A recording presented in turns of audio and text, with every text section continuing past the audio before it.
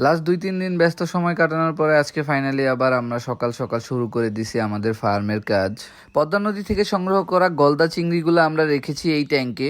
ওই মাছগুলা সংগ্রহ করার মূলত কারণ হচ্ছে ব্রিডিং পারপাস। আমরা ওই মাছগুলা থেকে ব্রিডিং করাতে চাইতেছিলাম, দেখতে চাইতেছিলাম যে এইখানে আমরা কি এই চিংড়িগুলারে ব্রিডিং করাইতে পারি কিনা, যেহেতু আমরা লবস্টার ব্রিডিং করছি আর আমাদের ট্যাঙ্কে মোটামুটি অনেক অনেক মাছ ব্রিডিং করছে অলরেডি। তো আমরা আশাবাদী ছিলাম যে আমরা এইগুলারেও ব্রিডিং করাইতে পারবো। জাস্ট একটু দেখেন মাছগুলার সাইজ, মাছগুলা বিশাল সাইজের এক একটা মাছ। আমরা যখন মাছগুলা সংগ্রহ করি মাছগুলা তখনও এত বড় ছিল না। আলহামদুলিল্লাহ মাছগুলা এখানে আসার পরে অনেক ভালো গ্রো করতেছে। আর এই মাছগুলার হচ্ছে হাত পা ভাঙা ছিল, ওই হাত পাও নতুন করে রিকভার হইতেছে। আমরা মাছগুলার খুব যত্ন সহকারে চেক দিয়ে তারপরে দেখতেছিলাম যে এদের ভিতরে কি ডিম আসছে কিনা। আমাদের এখানে টোটাল 4টা মাছ আছে, এর ভিতর হচ্ছে 2টা ফিমেল আর 2টা মেল। আমরা ফিমেল 2টারে চেক দিছি, কিন্তু ফিমেল 2টার একটাতে ওই রকম ভাবে ডিম আসে নাই। তবে ওদের কন্ডিশন দেখে মনে হইতাছে খুব শীঘ্রই ওদের কাছ থেকে আমরা ডিম নিয়ে বাচ্চা হ্যাচিং করতে পারবো। যদি আপনারা এই প্রক্রিয়াটা টোটাল দেখতে চান তাহলে অবশ্যই আমাদের পেজটা ফলো দিয়ে আমাদের সাথে থাকবেন। আল্লাহ হাফেজ।